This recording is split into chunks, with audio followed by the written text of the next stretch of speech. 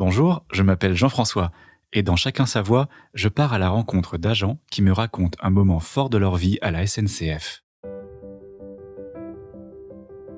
Mais où est donc apparue la plus belle ligne de chemin de fer du monde? À Paris, sur les Champs-Élysées évidemment. Installé à l'occasion de l'exposition Le Train Capital en 2003, cet événement à ciel ouvert a permis aux Parisiens et aux touristes du monde entier de remonter l'avenue sur une ligne qui, bien qu'éphémère, laissa un souvenir impérissable à Jean-Claude, qui nous raconte aujourd'hui le jour où il a conduit un train sur les Champs-Élysées. Bonjour, je m'appelle Jean-Claude Ambrosini, je suis formateur d'entreprise donc au sein de la SNCF au fret et je suis aussi formateur sauveteur secouriste du travail. L'événement qui a marqué vraiment ma carrière, le 1er juin 2003, c'est de conduire sur les Champs-Élysées, donc sur une ligne éphémère. Le Train Capital, cet événement s'est déroulé pendant 1 mois avec pour objectif de promouvoir le savoir-faire de la SNCF. Il a permis à tous de découvrir 150 ans d'histoire ferroviaire. Un événement vraiment incroyable et unique, historique. Ils ont mis des voies ferrées carrément, sur la plus belle avenue du monde. Je pense que ça faisait dans la 1,4 km, 1,5 km.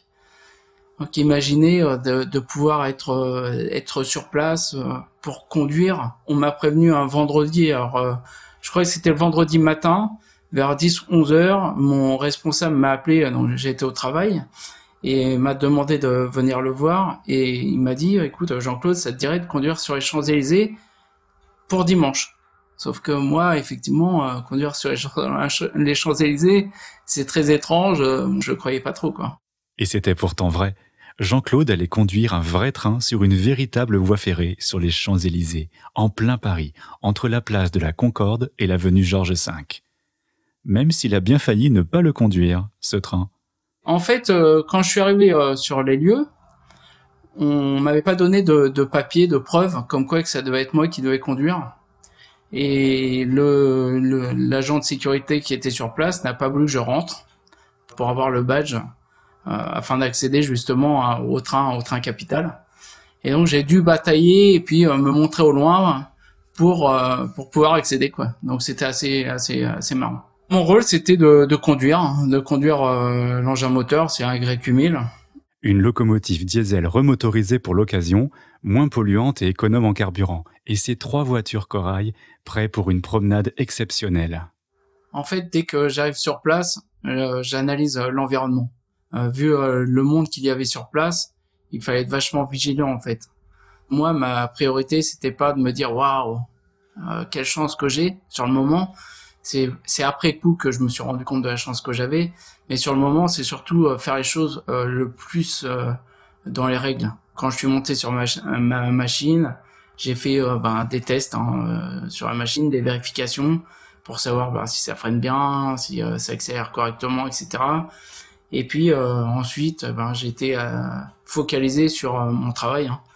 Et je savais que j'étais limité à 3 km/h maximum. Et au fur et à mesure que je conduisais, au fur et à mesure, j'étais concentré en fait sur mon travail. Un départ toutes les 45 minutes, 1 million de personnes attendues et presque autant de bons moments partagés. Il y avait aussi des cheminots qui étaient sur place, qui aidaient, qui vigilaient justement à la sécurité pour éviter que le mouvement de foule n'aille pas sur les voies éphémères qu'ils avaient mis sur les Champs-Élysées.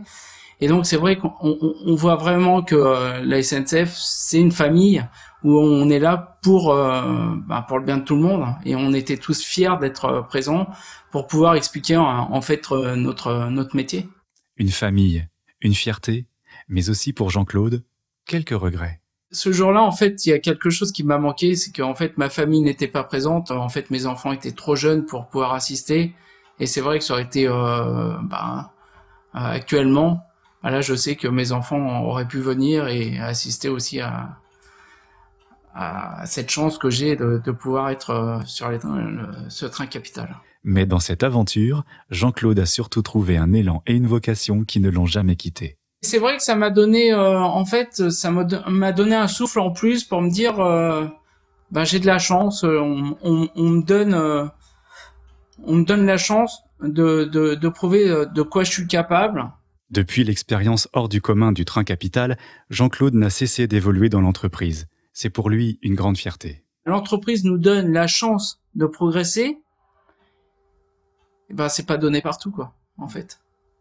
Et la preuve, hein, maintenant, je suis polycompétent, comme on dit, et je suis vraiment braqué dans la formation. C'est vraiment mon cœur de métier. C'est ce que j'aime. Merci Jean-Claude de nous avoir partagé cette histoire incroyable. Ça valait le détour. Enfin plutôt l'aller-retour.